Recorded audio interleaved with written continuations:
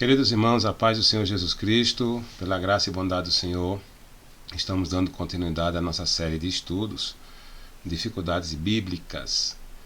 E na ocasião vamos atender a uma sugestão de um de nossos ouvintes, nosso irmão Lucas Calisto, que congrega conosco na congregação do Mussumagro, e também ele é um dos nossos alunos lá da turma de teologia, a quem mandamos um abraço, a paz do Senhor Jesus também, a todos, em nome de Jesus. Queridos, são dois assuntos que vamos abordar nesse momento.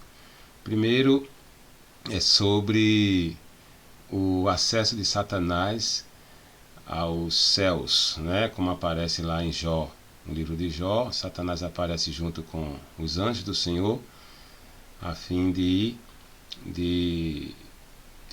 propor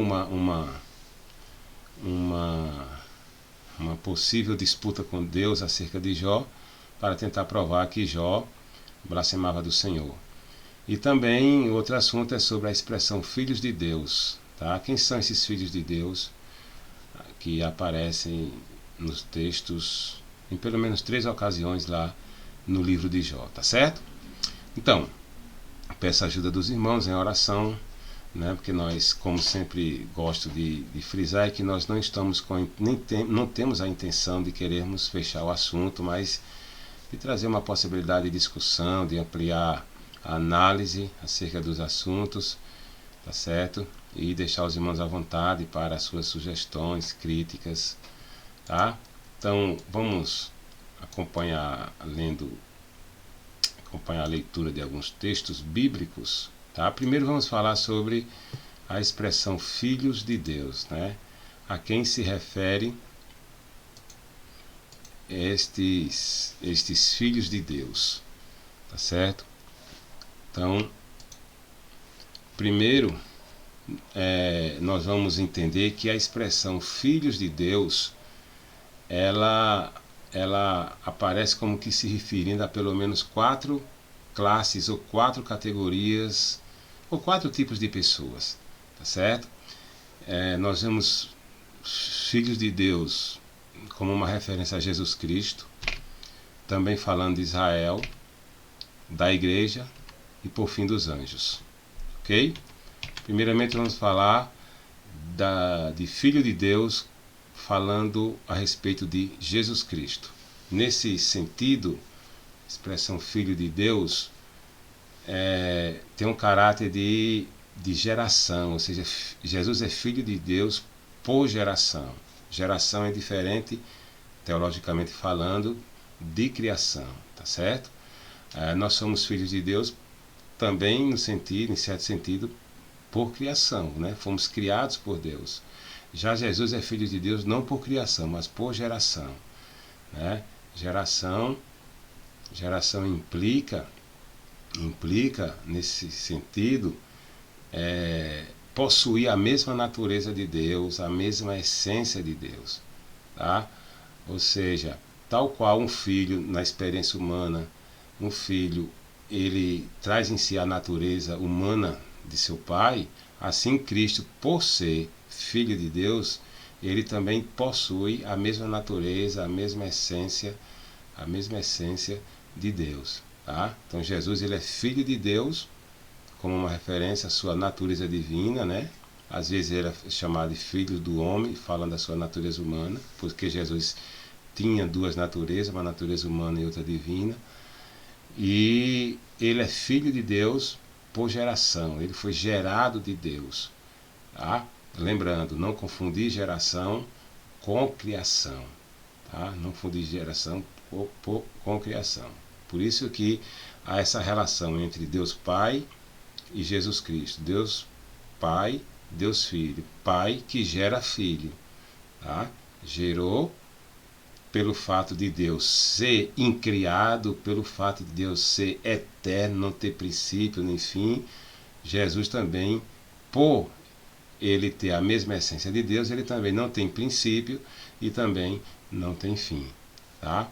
Então, em Marcos capítulo 1, versículo 1, o escritor fala do princípio do Evangelho de Jesus Cristo, Filho de Deus. E há muitos outros textos que fazem referência a Jesus Cristo como Filho de Deus. Então, primeira categoria ou classe de pessoas a quem a expressão Filhos de Deus se refere: Jesus Cristo como Filho de Deus por geração.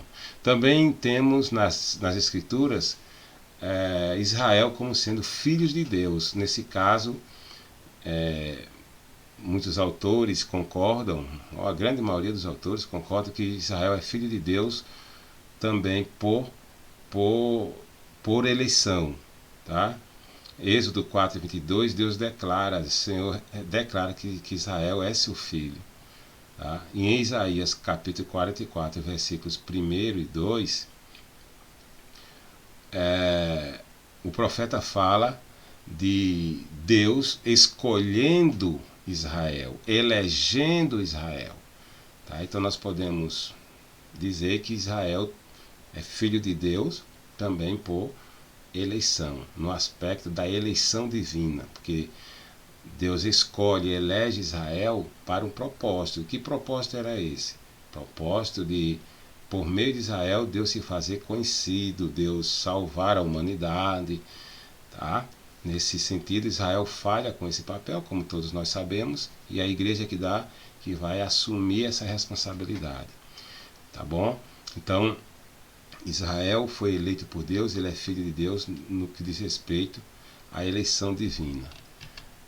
Também nós encontramos na Bíblia filhos de Deus referindo-se à igreja, nesse caso por adoção, tá? Por adoção. Então é um aspecto da filiação divina que é da adoção. Paulo, escrevendo aos Romanos, capítulo 8, versículo 15, ele diz que nós recebemos o espírito de adoção de filhos. Certo? Por que Paulo usa essa expressão de adoção de filhos? Que a igreja foi adotada por Deus. Porque nós não éramos filhos de Deus. Tá? Não estou me referindo aos filhos de Deus no sentido da criação, mas não éramos filhos de Deus no sentido de relacionamento, de filiação. Nós não tínhamos essa filiação com Deus. Passamos a ter a partir de Jesus Cristo. Então, Paulo diz que nós somos adotados porque quem é adotado só se adota quem não faz parte da família. Né? Ninguém adota quem é filho. Filho não se adota. Filho natural não se adota. Jesus é filho natural de Deus. Filho por geração de Deus. Ele não é filho adotivo. Adotivo somos nós, porque nós não tínhamos parte com a família de Deus. Tá? E João, capítulo 1, versículo 12, diz que todos quantos recebem a Cristo Jesus têm o poder de serem feitos filhos de Deus. Ou seja, não éramos filhos de Deus, em Cristo Jesus nós passamos a ser filhos de Deus. Tá? Então nós já falamos de filhos de Deus, uma referência a Jesus Cristo por eleição, né? Jesus é filho de Deus por geração, por eleição não, perdão, por geração. Jesus é filho natural de Deus, filhos de Deus por eleição, referindo-se a Israel, filhos de Deus por adoção, se tratando da igreja. E por fim, nós encontramos filhos de Deus como uma referência aos anjos, né? Que os anjos por criação. Tá? Os anjos foram, nesse caso, criados por Deus. Então, essa expressão filhos de Deus, se referindo aos anjos, aparece justamente no livro de Jó em 3 ocasiões. Capítulo 1, verso 6, capítulo 2, verso 1 e o capítulo 38, verso 7. Nesse sentido, já respondendo à pergunta do nosso amado irmão Lucas, os filhos de Deus que aparecem lá ao Senhor e no meio deles Satanás é uma referência aos anjos, tá? Aos anjos, porque é lá uma situação que acontece lá nos lugares celestiais e com certeza o humano não tem acesso lá a este lugar, não é? Mas irmãos, existe também uma expressão filhos de Deus que aparece lá em Gênesis capítulo 1, Gênesis capítulo 6, versículos 1 e 2, que diz assim, ó: E aconteceu que, como os homens começaram a multiplicar-se sobre a face da terra e lhes nasceram filhas, viram os filhos de Deus que as filhas dos homens eram formosas e tomaram para si mulheres de todas as que escolheram. Então, quem seriam, no caso, estes filhos de Deus? De Gênesis capítulo 6. Diz que os filhos de Deus, eles se relacionaram, aqui fala de relação sexual, com as filhas dos homens, né? Tomaram para si mulheres. Então, quem seriam esses filhos de Deus? Alguns vão dizer que são anjos, né? Outros vão dizer que foram anjos que tiveram relações com as filhas dos homens, com as mulheres, e aí nasceram gigantes, tá? Mas, querido, respeitando quem pensa em contrário, me parece que aqui não podem ser os anjos, porque os anjos, eles são assexuados, eles não reproduzem. Jesus, em Mateus 22:30, diz que na ressurreição, os filhos da ressurreição, eles serão como os anjos de Deus, que não se casam nem se dão em casamento, nem são dados em casamento, ou seja, eles não se reproduzem, né? Às vezes é que os anjos tomaram uma forma humana, né? Chama-se aí de angelofania, é uma manifestação visível de um anjo, porque ele é invisível, ele é um ser espiritual e invisível. Então, esses anjos que se encarnaram, que tomaram uma forma humana, eles não tiveram como propósito se reproduzir nem se casar. Era uma aparição que surgia, que fazia, e ele de prontidão voltava para a presença do Senhor, vinha cumprir uma missão. E nem nós não vemos na Bíblia nenhuma missão dos anjos, em nenhuma de suas missões ele se casando ou se reproduzindo. Então, por si só, esse texto de Mateus 22:30 já rejeita ou já reprova essa tese, né? Então, provavelmente, amados, aí muitos concordam de que essa expressão filhos de Deus em Gênesis 6 é uma referência à linhagem ou à descendência piedosa de Sete. Por que fala de linhagem piedosa de Sete? Porque, de um modo geral, havia pelo menos duas linhagens, né? Uma linhagem que pertencia a Sete, filho de Adão, tá? E uma linhagem que também pertencia a Caim, também filho de Adão, mas era uma linhagem não piedosa, era mais considerada uma linhagem ímpia. Tá? Então, esses filhos de Deus, muitos concordam, e eu também concordo, que seriam esses descendentes piedosos, justos, crentes de Sete, tá?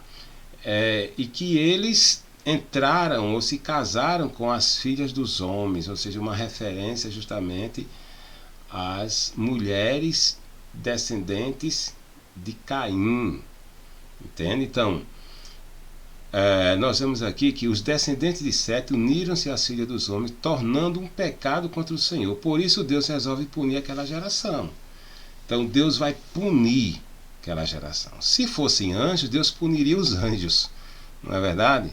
Mas Deus, na verdade, vai punir toda aquela geração pelo fato de os filhos de Deus, uma linhagem piedosa de Sete, terem se corrompido ao se misturarem com a linhagem ímpia lá de Caim.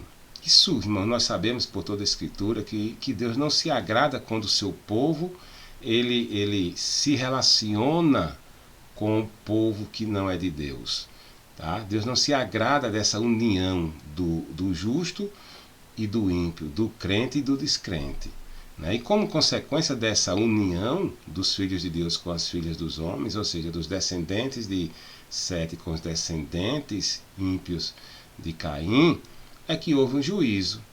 E isso está no versículo 3 do capítulo 6 de Gênesis, quando Deus diz: não contenderá o meu espírito para sempre com o homem, porque ele também é carne, porém os seus dias serão 120 anos. Ou seja, não contenderá, essa expressão significa não permanecerá, ou seja, o meu espírito não permanecerá mais com o homem. Nesse texto, irmão, nós vemos pelo menos dois aspectos do juízo de Deus sobre aquela geração, né? Primeiro aspecto desse juízo é um juízo espiritual, é o aspecto espiritual, ou seja, Deus resolve retirar a ação convencedora do Espírito Santo sobre aquelas pessoas da época de Noé. Ou seja, o Espírito de Deus não iria mais contender, permanecer, convencer aquela geração de seus pecados. E isso é um agravo muito grande, irmãos, porque o homem só se converte por causa do convencimento do Espírito Santo, né? E o segundo aspecto desse juízo é um aspecto físico. É quando Deus resolve exterminar aquela geração com o dilúvio. Para isso Deus dá um prazo de 120 anos, que é justamente o período da construção da arca e que veio, ou seja, aquela geração não viveu mais que 120 anos, que depois veio o dilúvio, tá certo? Então, filhos de Deus, lá em Gênesis, né, possivelmente, né, acreditamos que é uma referência não a anjos, tá? Mas a uma linhagem piedosa, crente, né, que veio de Sete, tá? que se uniu a uma linhagem ímpia de Caim, e que por isso veio o juízo de Deus sobre toda a humanidade, que é um alerta para nós também nos dias de hoje, tá certo? Então, nós encerramos a questão dos filhos de Deus e vamos para o acesso de Satanás ao céu. Lendo Jó, capítulo 1, versos 6 e 7, nós encontramos o seguinte texto. E no dia em que os filhos de Deus vieram apresentar-se perante o Senhor, veio também Satanás entre eles. Então o Senhor disse a Satanás, de onde vens? E Satanás respondeu ao Senhor e disse, de rodear a terra e passear por ela. No capítulo 2, versos 1 e 2, repete o texto, né? Um texto muito parecido. Né? Então, observe que em meio aos filhos de Deus aparecem quem? Aparecem quem? Satanás. Tá? Aí se pergunta, Satanás sempre teve acesso ao céu depois que foi expulso de lá? Continua tendo acesso aos céus? Olha, irmãos, é difícil de nós analisarmos, de discutirmos sobre esse texto, porque isso é um fato que aconteceu na eternidade. Lá na eternidade, né, lá nos céus, e que foi revelado para nós. Que é verdadeiro isso, né? Então, isso não significa dizer que Satanás tem acesso sempre, continuamente aos céus. Não. A gente analisando todo o texto, todo o contexto do livro de Jó, nós vamos entender que Deus aproveita essa investida de Satanás para provar Jó. E para provar a Satanás que Jó era íntegro a Deus, né? Não servia a Deus pelos bens ou pelos privilégios que tinha, mas porque era de fato fiel ao Senhor. Mas Satanás ele aparece lá, em meio aos filhos de Deus, primeiramente por uma permissão divina. Tá? Deus permitiu que isso acontecesse. E para um caso específico de provar Jó. E de também provar a Satanás a fidelidade e a integridade de Jó a Deus. Tá certo? Então, foi um caso específico, foi uma situação específica. Tá? Isso não significa que isso acontece continuamente. Se acontece é porque Deus permite. Tá bom? Nós vamos ver algo parecido em um texto lá no primeiro livro dos Reis, capítulo 22, e os versículos 19 ao 22, quando fala numa situação em que o rei de Judá, né, rei do Reino do Sul, vai visitar Acabe, e lá Acabe convida o rei de Judá, né, Jeosafá, para ir a uma guerra, lá em Ramote de Gileade, né, para ir a uma guerra. Jeosafá diz, eu vou, agora vamos consultar primeiro o Senhor, tem algum profeta que a gente possa consultar? E Acabe diz, olha, tem um profeta aqui, mas toda vez que eu vou consultar ele, ele diz coisas ruins ao meu respeito. E Josafá manda chamá-lo, né? Então, o que acontece? O que acontece? O profeta vai lá e diz, olha, vai que o Senhor vai entregar os inimigos em tuas mãos. Aí Acabe não acredita e diz, olha, ele só fala mal de mim. E agora vem falar bem, então isso é mentira. Então aí ele fala de fato, ele diz, então você quer ouvir a verdade? Então vamos lá. E aí ele diz, o profeta, né? Diz, ouve, pois, a palavra do Senhor. Vi ao Senhor assentado sobre o seu trono, e todo o exército do céu estava junto a ele, a sua mão direita e a sua esquerda. E disse o Senhor, quem induzirá Acabe para que suba e caia em Ramote de Gileade? E um dizia desta maneira e outro de outra. Então saiu um espírito e se apresentou diante do Senhor e disse, eu o induzirei. E o Senhor lhe disse, com que? E disse ele, eu sairei e serei um espírito de mentira na boca de todos os seus profetas. E ele disse, tu o induzirás e ainda prevalecerás. Sai e faz assim. Então, irmãos, isso aqui é uma situação em que vai contradizer muito do caráter de Deus, né? Como é que Deus iria permitir que um espírito maligno estivesse reunido ali, né? Naquela situação, um espírito de mentira, tá?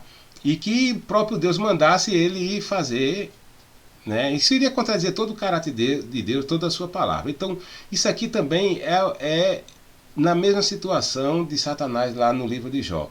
É uma situação específica, tá?